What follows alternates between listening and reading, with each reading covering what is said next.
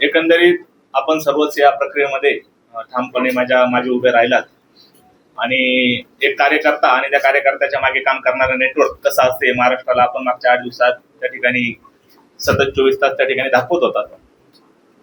ही निवडणूक किंवा ही जागा भारतीय जनता पार्टीच्या माध्यमातून गणेश भाऊंना मिळावी असा पूर्वी शब्द त्या ठिकाणी दिला गेलेला होता. ज्यावेळेस आपण विधानसभेची निवडणूक लढवली त्यात आपल्याला अपयश आलं आणि त्यानंतर पुन्हा गिरीश भाऊंच्या माध्यमातून गणेश भाऊंना त्या ठिकाणी भारतीय जनता पार्टीमध्ये पुन्हा आपली त्या ठिकाणी रिएंट्री झाली. त्यावेळेस विधान परिषदेची जागा भाजपला घेऊन ती जागा गणेश भाऊंना मिळावी असं त्या ठिकाणी मुंबईमध्ये त्या ठिकाणी शब्द घेतलेला गेला होता.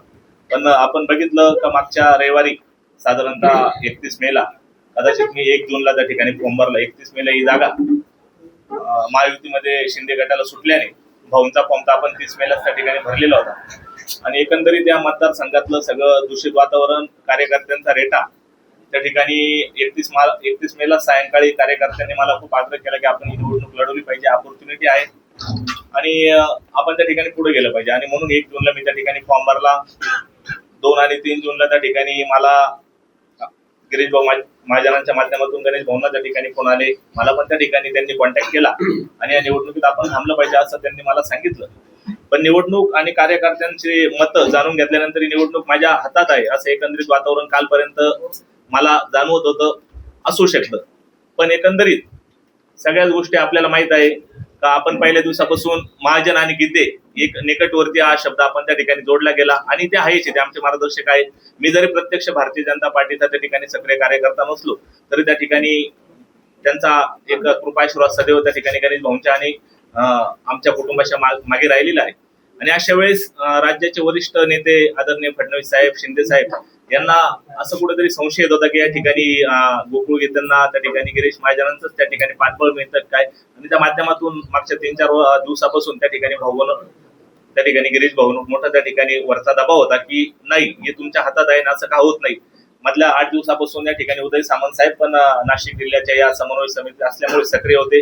त्यांच्या माध्यमातून आपले आमदार सुहास अण्णा कांदेंचा पण त्या ठिकाणी मला रेटा होता की सोयरे काहीतरी आपण निर्णय घेतला पाहिजे आणि निवडणूक खरंच माझ्या बाजूने होते. जरी महायुतीचं मतदान या ठिकाणी प्रत्यक्षात जास्त असलं तरी त्या ठिकाणी प्रतिस्पर्धी उमेदवारावर खूप मोठी नाराजी या मतदारसंघात होते, असू शकते.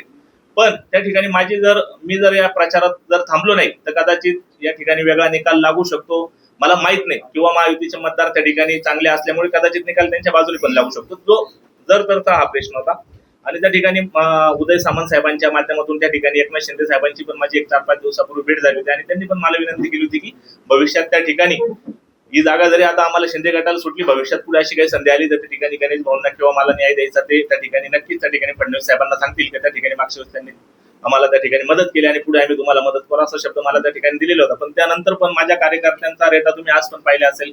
कार्यकर्त्यांचा त्या ठिकाणी नाराजी खूप मोठी आहे आणि ती नाराजी अंगावर घेण्या इतपत सामर्थ्य माझ्यामध्ये नव्हतं. पण आदरणीय दादासाहेब भुसे असतील, आमचे निलेश बोरा असतील, महाजन साहेब असतील, सुहास कांदे साहेब असतील, सामंत साहेब असतील आणि गणेश भाऊंवर त्या ठिकाणी सगळ्यांचा दबाव नव्हता. पण गणेश भाऊंवर त्या ठिकाणी एक त्यांचं व्यक्तिगत प्रेम असल्यामुळे आणि तितकाच अधिकार असल्यामुळे त्या ठिकाणी त्यांची इच्छा होती की गोकुळने या ठिकाणी या निवडणुकीतून थांबलं पाहिजे. काल त्या ठिकाणी मुंबईमध्ये चर्चा झाली, शिंदे साहेबांचं सामंत साहेबांच्या माध्यमातून बोलणं झालं. त्या ठिकाणी परवा रात्री पण त्या ठिकाणी सुहास अण्णा कांदेंनी मला त्या ठिकाणी फोन केला होता की सोयरे आपण योग्य तो निर्णय घेतला पाहिजे.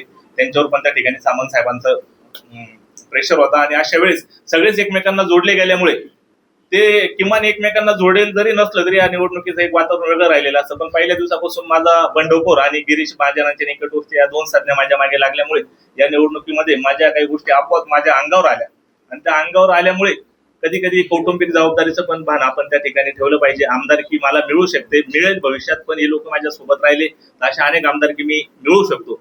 पण आत्ताची आमदारकी मी आदरणीय गिरीश भाऊ महाजन असतील, आपले सामंत साहेब असतील, दादा असतील आणि आमचे सुहास अण्णा कांदे आणि माझ्या मागे एक हत्तीसारखा मोठं सामर्थ्य त्यांनी उभं केलेलं असे माझे मोठे बंधू गणेश गीते यांच्यापेक्षा ते आमदारकी मला त्या ठिकाणी मोठी वाटत नाही. कार्यकर्त्यांची खूप मोठी नाराजी आहे, आपण त्यांचा रोष बघितला आहे. मला अजून पण त्या ठिकाणी ते सांगताय का भाऊ आपण थांबायचं नाही, पण मी सुद्धा आपल्या माध्यमातून कार्यकर्त्यांना सांगतो की या ठिकाणी मी राज्याचे वरिष्ठ आपले जे मुख्यमंत्री आहे देवेंद्र फडणवीस साहेब यांना काल त्या ठिकाणी शब्द दिलेला आहे, आदरणीय शिंदे साहेबांना पण शब्द दिलेला आहे आणि या तिन्ही मंत्र्यांनी आमचे सुहास अण्णा कांदे असतील, निलेश बोरा असतील, गणेश भाऊ असतील, या सगळ्यांनी त्या ठिकाणी मला सांगितलं की आपण भविष्यात आपण कायमच सक्रिय असणार आहे राजकारणात आणि थांबला म्हणजे संपला असं होत नाही. मला माहिती सोशल मीडियाचा प्लॅटफॉर्म हा एखाद्या माणसाला रात्रीतून हिरो पण बनवतो आणि एखाद्या माणसाला रात्रीतून झिरो पण बनवतो. मला माहिती त्याचे दुष्परिणाम खूप होणार आहे. काही गोष्टी मी त्या ठिकाणी सामंत साहेबांना, महाजन साहेबांना 2-3 तासापासून दाखवतो की साधी माझ्या थांबण्याची चर्चा होती तरी प्लॅटफॉर्मवर वेगवेगळे विषय चर्चेला येत आहे. काही ठिकाणी घोडे बाजाराच्या गोष्टी चावळल्या जात आहे. असं कुठलंही काही या ठिकाणी झालेलं नाही, ते पण आपल्याला सामंत साहेब पण सांगतील. पण फक्त या तिघांचा शब्द सुहास अण्णा कांदेंचा आणि निलेश बोरांचा रेटा आणि एकंदरीत गणेश भाऊंचं त्या ठिकाणी माझ्यावर असलेलं प्रेम, माझ्या पाठीशी असलेलं पाठबळ, यामध्ये कौटुंबिक शांती आणि आमदारकीमध्ये मला कौटुंबिक शांती महत्वाची वाटते आणि त्यासाठी मी माझ्या निवडणुकीत प्रचारात मी थांबवतोय. माझ्या सगळ्या कार्यकर्त्यांना मी त्या ठिकाणी विनंती केली काल रात्रीच का आपण कुठल्याही प्रकारचा प्रचार या ठिकाणी करून महायुतीतलं वातावरण खराब होईल अशी कुठलीही गोष्ट करू नये अशी मी आपणा सर्वांच्या माध्यमातून त्यांना विनंती करतो. मला माहिती आपले अनेक प्रश्न असणार आहे, पण मी माझा प्रचार थांबवतोय हा शब्द तुम्ही घ्या आणि मला इतकं जे मी बोललो साहजिक आहे. माझ्यासोबत महायुतीचे लोक आहेत, तो विषय त्या ठिकाणी संपलेला आहे. माझ्या बाजूला सगळे महायुतीचे लोक बसलेले आहेत. मी तुम्हाला काल पण त्या ठिकाणी जाताना सांगितलं होतं की मी 2 शब्द मी वापरणार नाही, पण मी प्रचार थांबवतो आणि तुम्ही पण कृपया ही गोष्ट इकडे संपवी. तुमचा अधिकार आहे तो, तुम्ही बोलू शकता, कारण तुम्ही चौथा स्तंभ आहे लोकशाहीचा आणि तुम्ही खरंच मला या ठिकाणी ताकद दिली म्हणून मी या ठिकाणी घराघरात पोहोचलेलो. मी अनेक व्यक्तीच्या मतदारांना भेटलेले नाही, पण त्यांचे मला फोन येत आहे का भाऊ तुम्ही थांबू नका, पण नाही मी या निवडणुकीचा प्रचार थांबवतोय आणि हा विषय माझ्या संपलेला आहे. साहेब आणि गणेश भाऊ यांच्याशी या विषयावर चर्चा केली पाहिजे असं मला वाटतं. नाही, मी कुठल्याही चौकशीला घाबरलेलो नाही. तुम्हाला पण माझा स्वभाव माहित आहे. मी विधानसभेची पण निवडणूक राष्ट्रवादी पार्टीकडून आपण लढवली होती, ती अंगावर घेतली होती. त्यावेळेस सत्ताधारी पार्टी आपल्या समोर होती, तरी त्यावेळेस तुम्ही सगळे साक्षीदार आहात. माझ्यावर कशा प्रकारचे अतिरेक झाले, अटॅक झाले, तरी मी त्यावेळेस नमलो नाही. आता पण घाबरायचं काही कारण नाही, पण त्या ठिकाणी सगळ्यांचा समन्वय राहिला पाहिजे. पार्टीने भावना त्या ठिकाणी नगरसेवक केलं, वहिनी पण नगरसेवक आहे. तुम्ही आता लोक म्हणतील का अगोदर तुम्हाला कळलं नाही का, पण कार्यकर्त्यांचा रेटा होता आणि या मतदारसंघात प्रचंड अशी नाराजी होती ती या दोन्ही माणसांना लक्षात आलेली. त्यांनी त्यांना समज दिलेली आहे. आपण पण विचारलं आतमध्ये, पण मी त्यांना ते सांगितलं का आमदार म्हणून त्या ठिकाणी लोकांच्या नजरेत आपण चांगल्या पद्धतीने उतरा. 2-2 आमदार आपल्या घरात आहे आणि लोकांचे कामं करा. आम्हाला बाकी काय, आमच्या माध्यमातून आम्हाला लोकांचे कामं करा, तुमच्या माध्यमातून करा, बाकी काही नाही.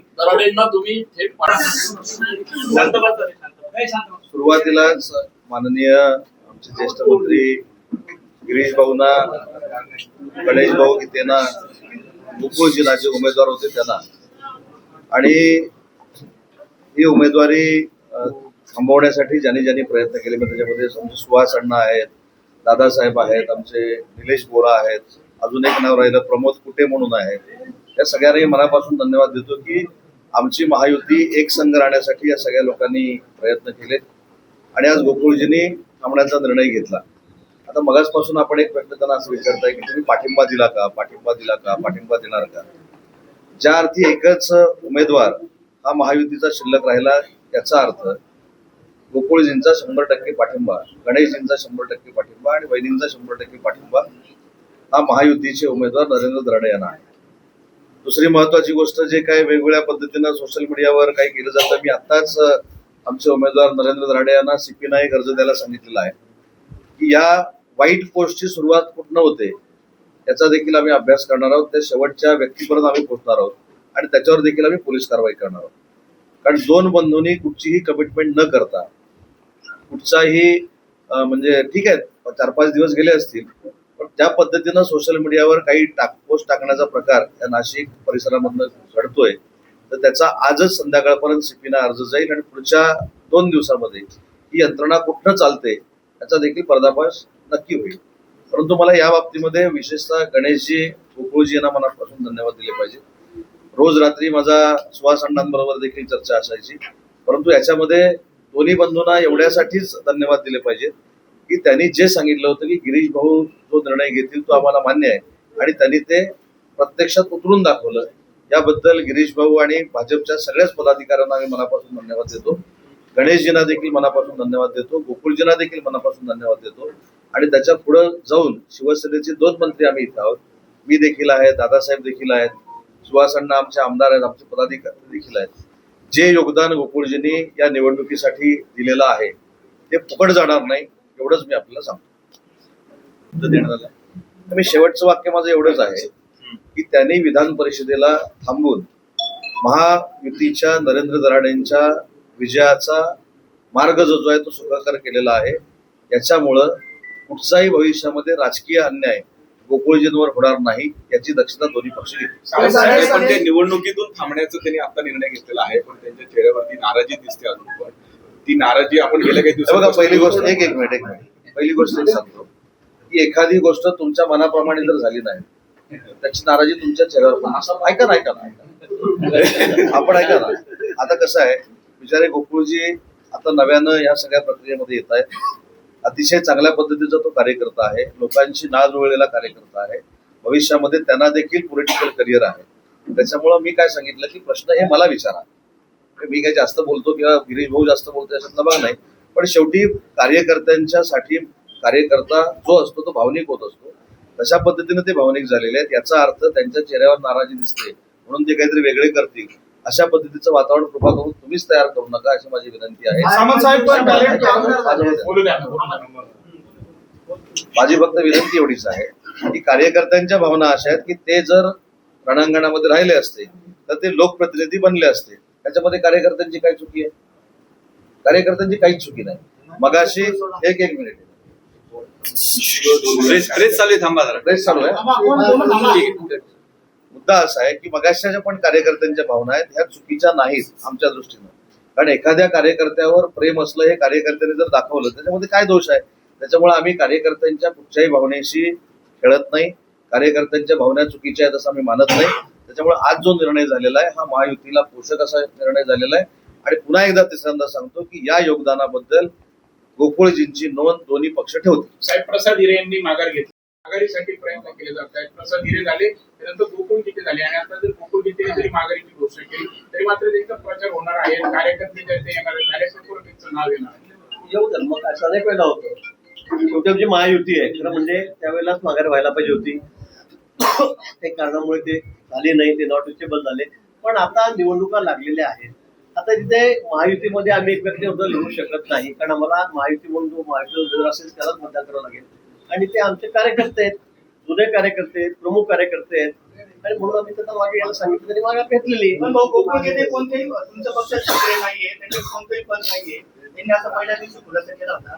मात्र आपण त्यांना सांगतात की आपण महायुतीचा घटक आहात, त्यांच्यावर दबाव टाकून चर्चा आहे नाशिकमध्ये, तर त्यांना माघार घेण्यासाठी आपण हे केलं. कोणी दबाव टाकला? मी वारंवार तेच सांगतो, आम्ही कोणते दबाव टाकलेला नाही. आम्ही कुठलाही दबाव टाकलेला नाही. ते परिवार हा आमचाच आहे. तुम्हीच म्हणता की ते तुमचे नाही. त्यांनी सांगितलं होतं मी पक्षात नाही आहे. त्यांनी पहिले पक्षात नसेल तरी तो परिवार आमचाच आहे. जळगावला रेशमा तुमच्या ताई यांनी उमेदवाराचं म्हटलं असं आहे- काय तुमच्या उमेदवाराचं असं काय चुकलं होतं ज्याच्यामुळे गोकुळ गीतेच नाही तर अनेक नगरसेवक अनेक पदाधिकारी नाराज होते? तुम्ही काही सल्ला देणार आहात का? नाही, निश्चित सामंत साहेब या ठिकाणी आहेत, दादा आहेत, आम्ही त्याच्याशी बोललेलो आहे. संपर्क असला पाहिजे त्या निवडून गेल्यावर, कोऑर्डिनेशन असलं पाहिजे, कॉन्टॅक्ट असले पाहिजे, कामाच्या पद्धतीत थोडा बदल केला पाहिजे. प्रत्येकाची अपेक्षा असते आणि ती असली पाहिजे, खरं आहे. पण आता त्यांना शिंदे साहेबांनीच आमच्यापेक्षा जास्त समज दिलेली आहे. सामंत साहेब, मी स्वतः आम्ही सगळे त्याच्याशी बोललेलो आहोत. आता आपल्या समोरचा सगळा विषय झाला आमच्यासोबत बसून. मला वाटतं यापुढे सुधारणा होईल, पण आता विषय हा संपलेला आहे. आता गोकुळ यांनी माघार घेतलेली आहे आणि आता आमचे एकमेव उमेदवार या ठिकाणी आहेत. नरेंद्र दराडे. त्याच्यानंतर यावेळेला ते आता माघार घेत आहेत. आता गोकुळ गीते यांना काही कमिटमेंट आहे का किंवा त्यांना काही आश्वासन दिलंय का आपण? नाही, आमच्याकडे त्यांची तशी मागणी नाही की आमचं काय देणार का घेणार. पण निश्चित आपल्याला माहिती आहे, वजनदार नाव आहे गीते बंधू. म्हणजे नाशिक जिल्ह्यामध्ये, नाशिक शहरामध्ये गेल्या अनेक वर्षापासून ते नगरसेवक आहेत. 2 वेळा स्टँडिंग कमिटीचा ते चेअरमन होते मागच्या काळामध्ये. आताही त्यांचे नगरसेवक आहेत. त्यामुळे निश्चित त्यांचा विचार केला जाईल. हे मुख्यमंत्री महोदयांनी सांगितलेलं आहे आणि आम्ही सांगितलेलं आहे. प्रश्नच नाही. सोबत राहतील आमच्या. कोणाच्या कोणाच्या भाषेसोबत? हा? कोणाच्या प्रचारात कोणाकडे कोण आहे मग आता? आमच्या म्हणजे कोण राहिला आता? आता तिसरं कोणी नाही ना. स्वतः उमेदवार आहेत स्वतः उमेदवार पण आहेत बॅलेटवर त्यांचं आता नाव. आता आता मग ते फारच झालं. आता एवढं त्याची माघार होते आहे ते सांगणार आहे की मी माघार घेतो. काय पाहिजे? त्यापेक्षा दुसरं काही नको. असं नसतं ते काय करतील ते काय करतील. तुम्ही भूमिका घेतली त्यांचं नेमकं मत काय आहे? ते सांगतील ना, ते सांगतील ना तुम्हाला. मी म्हटणारच नाही, ते समोर आहेत, ते सांगतील ना तुम्हाला. इतक्या समन्वयाने नाशिकच्या पालकमंत्री पदाचा देखील तिला सुटेल का? काय इतक्या समन्वयाने हा जो काही तुमचा महायुतीचा समन्वय आहे, इतक्या समन्वयाने नाशिकच्या पालकमंत्री पदाचा तिला सुटेल का? मला वाटतं ऐका की टप्प्यात येतं काम. आणखी एका मंत्र्यांची एंट्री झाली आहे. नाशिक मध्ये आणखी एका मंत्र्यांची एंट्री झाली आहे.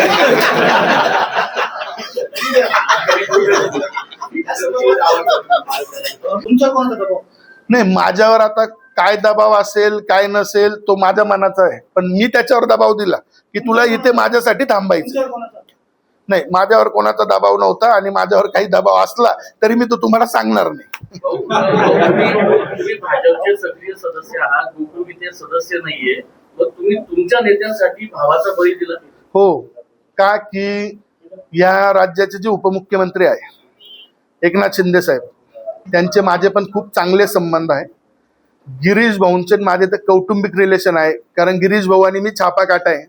आणि माझ्या ह्या विषयात चुकून माझ्याकडनं काय झालं मलाही कळत नाही, पण माझ्याकडनं हा फॉर्म भरताना मी हे नावच घ्यायला लागत नव्हतं की मला गिरीश भाऊंनी फॉर्म भरायला सांगितला.